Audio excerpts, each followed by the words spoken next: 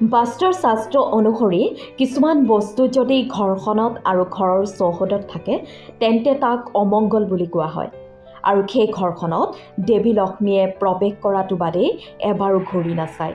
ফলত ঘৰখন দুখীয়া হৈ পৰে। ঘৰখনত অভাৱ আৰু নাটনিয়ে কুলাই পাচিয়া নধৰা হয়।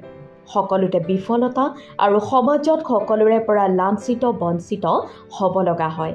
এনে কেইবিধ বস্তু যিসমূহ ঘৰত আৰু ঘৰৰ চৌহদত থাকিলে বেয়া, সেয়া হৈছে ১ নম্বৰ মকৰাৰ জাল।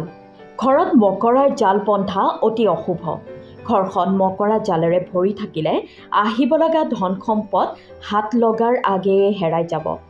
মকৰাই মেৰিয়াই মেৰিয়াই জাল দিয়াৰ দৰে অশুভ শক্তিয়ে ঘৰখন মেৰিয়াই ধৰিব। এনে ঘৰত মা লক্ষ্মীৰ প্ৰৱেশ নঘটে। ২ নম্বৰ ভঙা চিঙা আইনা। ঘৰত ভঙা চিঙা আইনা বা কাঁচৰ টুকুৰা, ভাঙি যোৱা বাল্ব, বটল আদি নাৰাখিব। আইনা হৈছে আমাৰ চেহেৰাৰ প্ৰতিফলন কৰা এবিধ পদাৰ্থ। ইয়াক ভঙা অৱস্থাত ঘৰত ৰাখিলে ঘৰখনত অশুভ শক্তিৰে ভৰি পৰে। ৩ নম্বৰ বাদুলিৰ বাঁহ। ঘৰৰ চুকত বাদুলিৰ বাঁহ লোৱা আৰু বাঁহ নল'লেও ঘৰলৈ বাদুলিৰ আহ-যাহ কৰা অমংগল। এনে হ'লে আপোনাৰ ঘৰলৈ দৰিদ্ৰতা আহিব আৰু ঘৰখনত সদায় কাজিয়া পেচাল লাগি থাকিব বুলি কোৱা হয়।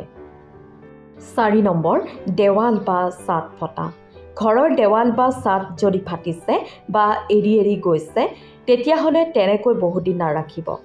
ইয়াক সোনকালে মেৰামতি কৰাই ল'ব, নহ'লে ঘৰখনত অশুভ শক্তিয়ে বাহ ল'ব আৰু ধন অৰ্থ গৃহত প্ৰৱেশ কৰাৰ পথ ৰুদ্ধ হৈ যাব। ঘৰখনত অপায় অমংগল কাজিয়া পেচালেৰে ভৰি পৰিব। ৫ নম্বৰ বন্ধ কৰাৰ পাছতো টুপ টুপকৈ পানী পৰি থকা পানীৰ টেপ নাৰাখিব। এনে হ'লে সোনকালে মেৰামতি কৰাই ল'ব, নহ'লে ঘৰখনলৈ দৰিদ্ৰতা আহিব। কিয়নো এনে বস্তু থকা ঘৰত টকা পইচা ধৰি ৰাখিব নোৱাৰিব। টুপ টুপকৈ হাতৰ পৰা ওলাই যাব আৰু যিমান চেষ্টা কৰিলেও ঘৰখনৰ অশান্তি দূৰ নহ'ব।